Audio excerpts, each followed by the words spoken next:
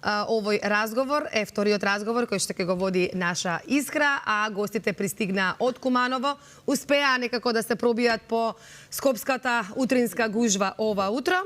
Добро утро за Мишо Димитриевски и Мирослав Петковиќ, актери од Куманово. На 13 ноември ќе го ослободувате Скопје, кумановчани ќе го ослободуваат градот Скопје. Така, на денот на ослободувањето на градот. Имате да најавите убав настан, стендап шоу. Ирина, да ти кажам добро сега што ги одбрани, јас не знаев дека доаѓаат директно од Куманово, до сега ги карам, да? Што каснат, така што ајде чеда мој простено вие. Да, двајца стендап комичари и актери од Куманово, па да прашам, преведувач дали донесовте со себе?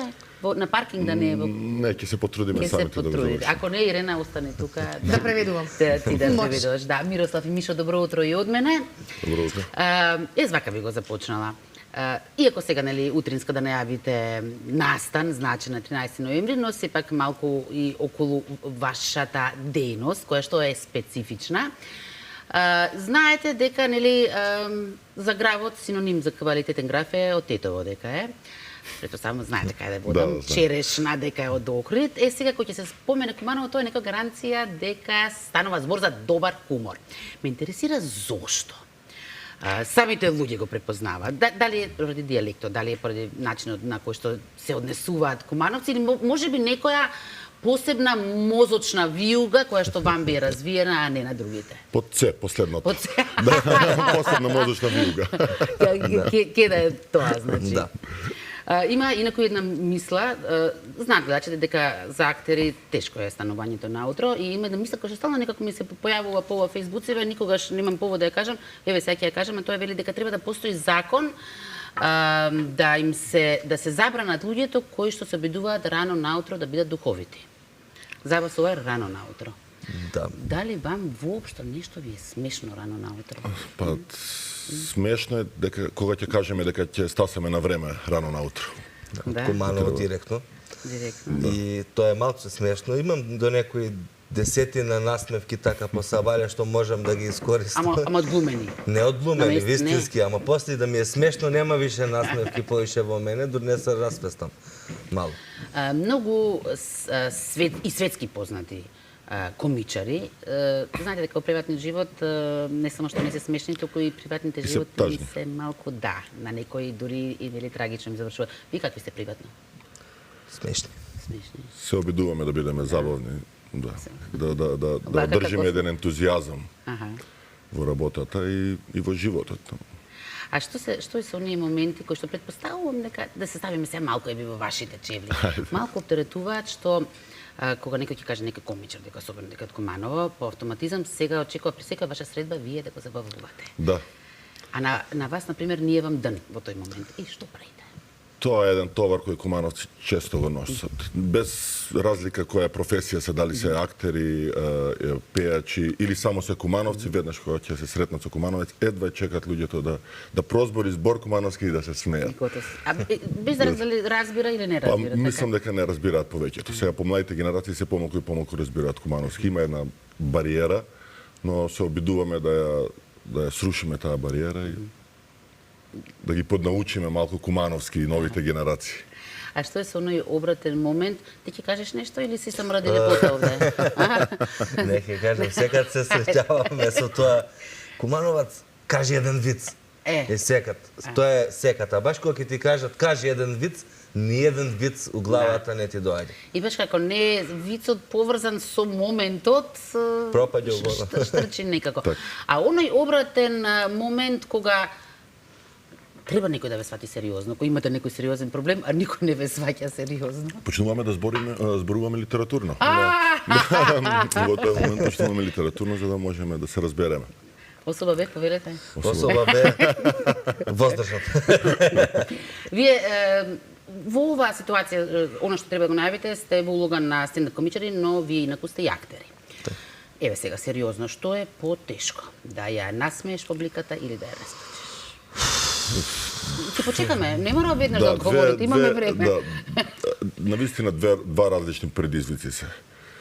стендап комедијата како форма и театарот како друга форма имаат своји предизвици и своји предности. Театарот, например, веќе 3 месеци го вежбате текстот со цел колектив, цел колектив стои зад вас и зад сцената и на сцената.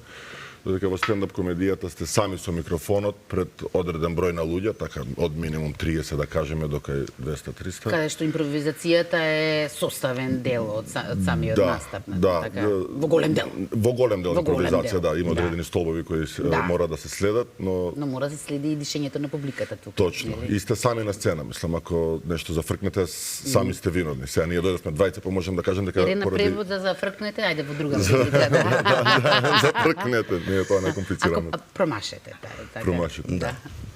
Добро, ги насмеавме и колеги. Ајде малку вака за вас сега нешто што ми пратија малку биографија. Ќе почнеме од Мишо. Потекнуваш од актерско семејство, Да. така? Сето она што љубовта да речеме е од таткот. Да. Ме интересира оној момент кога си му соопштил на таткот ти, тато јас ќе станам глумец, што ти рекол? Дали ти рекол немој сине или браво сине, што ти рекол? Браво не беше Што ти сигурен треба, ли си? Па викам, сигурен сум. Онака, тинејџерски, сигурен сум. Добро, ти си знаеш, ми вика. Ја викам, не знаев што значи тоа, ти си знаеш, ама сега точно знам што И сега знаеш дека не си знаел. Да, не сум знаел. Не сум знаел и не сум ни бил сигурен ни ништо, само станав. Во негово време не постоела, барем на овие простори, стендап комедијата, така во оваа форма. Па, во Има оваа ли некои форма. скечеви, нешто Има правилни такви? кабаре форми Да. порано во театар, така со скечеви, ма најрашарано, некои со песни, Да, некои да. со танцови, некои со скечеви. Така Како реагира, да речеме, неговата генерација на актери на ова што вие сега го правите? Тоа ми беше прашањето. Немој да одговараш пред да го завршам прашањето. Постара се. Завршивте? Да, побиле сега да не го заборави прашањето, да го повторам. Не. Чудно реагираат како Има одредена доза скептицизам. Да, има Аха. скептицизам Има како ние демек на друг начин го правевме ова што го И тоа било правите. подобро тогаш, да, така. секогаш е по старото подобро, демек виното. И демек они на други форми, ама зашто да не ја правиме ние на оваа форма? Ова си е нашата форма на нашата генерација што се вика комедија. И тоа сега функционира и е убаво како форма. Ќе ти поставам едно прашање поради кое што ќе ме мразиш, ама да видиме како ќе се снајдеш. Одговор мора да дадеш. Од една страна го имаш таткот ти како актер, од друга страна твој професор бил Рубен Смуратовски. Така. Од кого повеќе имаш научено за глумата? Што и да одговориш, ќе сгрешиш се, така? Не, од Рубен Смуратовски имам научено дека татко ми почина пред да се запишам на факултет и само една представа ми има матерска гледано. Така да Значи со Рубен фактички сте продолжиле онаму на некој начин каде што сте завршиле. Мирослав познат како Чика Брко. Па да. Да, и се предпоставам ова те стопати ти имат прашано од каде е ова име кој ти бил кум на Чика Брко? Не ова ми е некој надимак кој го дадов кога почнавме со стендап и Уште тогаш си имал може успехи? би од стравот, да. Може би од стравот да се изложам, па изградив еден карактер како одбранбен систем кој сега така повеќе не функционира. Порано и со маска излегувавме на сцена со шминка. Наверојатно беше некој одбранен механизам пред да видам како ќе бидам прифатен во стендап комедијата. Мислам дека од оваа перспектива тоа е. Чика Брко има бркови, некако се чувствав најстар во екипата и како Чика Брко. Во вашата екипа сепак на некој начин секој си има своја улога, задача. Ти си бил познат по тоа што раскажуваш апсурдни ситуации во кои што секој од нас за жал многу често се на пример, еве која да речеме една од омилените апсурдни ситуации што ги раскажуваш? Домилена ми е кога одам во има некоја институција нова точка за една услуга или за сите услуги, нешто како стариот едношалтерски систем. И требаше некоја регистрација да завршам електронска на здружение. Одам и ми велат, вика не, тоа регистрација се прави во втората смена. Добро, одам во втора смена. Вика не во првата. Не, во втората смена работат господи кои не разбираат македонски. И велам, како сега да извадиме документи, само ми упатија, ќе дојдете кога првата смена ќе биде втора смена. Да, и мене не ми текнала на таква шема, ама работи и функционира. Види се, која е твојата среќа што живееш овде? Дали, например, кога би живеел во Шведска, би имал ти материјал воопшто за стендап комедија? Па не, најверојатно би го разбирал јазикот на шведски, би се разбрал со луѓето. Ајде сега да ни проаѓа за жал времето, а треба да го најавиме стендап шоуто на колективот Кабаре Кабает. Прво, малку за самиот колектив. Колкав е колектив? Како се собравте? По кумановски лични карти? Да. Така се собира колективот? Буквално, јас и Мишо Шипе сме комши во Мало, со Марио Поповиќ, нашиот ценет гитарист, кој е единствениот сингл во екипава, тоа може би на широката јавност е поинтересно. Работеше со мене некои други работи на страна од уметноста, Чедо го знам веќе 10 години работевме заедно представи. Имаше ентузијазам, театарот се реновира, немавме доволно простор како да се искажеме и ајде да почнеме со стендап, ајде да почнеме со кабаре. Сите знаеме што е кабаре, знаеме што е стендап, но ова предпоставувам некоја трета варијанта, верзија, така некако Да, па сега ивентот кој следи би изгледал час и половина стендап, подоцна продолжува уште толку најверојатно кабаре, уште еден час, што е преработка на познати песни, пародија на познати песни и измеѓу ќе има секако. Сега, меѓу другото, имате преработка на познати ex-ju песни, а вие тогаш воопшто не сте били ни родени. Добро, сум бил роден јас во Југославија. 2 години, ама Југославија било. Така сме порад. Не е само со ex-ju, работиме и со светски, и со мислам и со европски, и со американски, затоа е Чедомир Мителски задолжен најповеќе и Марио Поповиќ. Ние сме придружни вокали. Тоа се зафркавме со Шипе. Видиме сега замисли. Си игравте мајтап. Си игравме мајтап. Така, добро. Пак сме кабает нешто. Да. Сега доколку не принудат во емисија да пееме ние како придружни вокали, што можеме да отпееме придружни вокали повикани во емисија. Ла, толку. Па добро, додека еден говори, може другиот да прави атмосфера во позадина. Во позадина, да ммка. Тоа е оно што се случува на вашите настапи. Накусо кажано, за повеќе ќе мора да дојдат да видат. Ме интересира што се случува на вашите подготовки. Кога би имало камера таму, што би виделе ние на таа камера и слушнале? Ова што го слушнавме утрово тука, каде си, кога ќе дојде Марио, кога ќе дојде Чедо. Стално некој касни? Да, стално некој касни. Така, се собираме еднаш неделно, да кажеме, во просек. И се има пола час забава и подоцна кога ќе ја преземат музичарите Чедомир и Марио палката, веќе тие водат пробата. Во однос на содржините, да речеме, хумористични содржини, на што најмногу реагира нашата публика, или дали воопшто се водите од тоа на што ќе реагираат они, или едноставно вам што ќе ви се види смешно, да речеме? По нам идеме во главном. Нас ако не е интересно, ќе го пренесеме на интересен начин на публиката, така да ќе допре и до нив. Ако не допре, тоа си е нивен вкус. Први, ако нас не е интересно, нема да го покажеме пред публика. Се случило, предпоставам, некош вам да ви било урнебесно смешно на вашите проби, а таму да не упали? Многу зависи од атмосферата.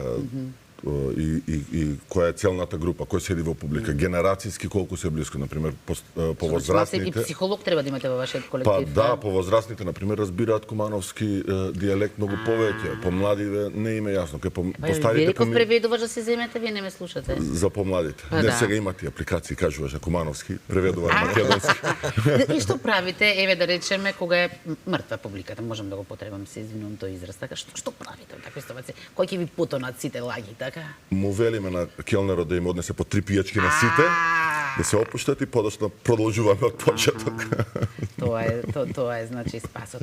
Ајде сега да видиме за самиот момент што се одржува на 13 ноември. Случајно одбран датум?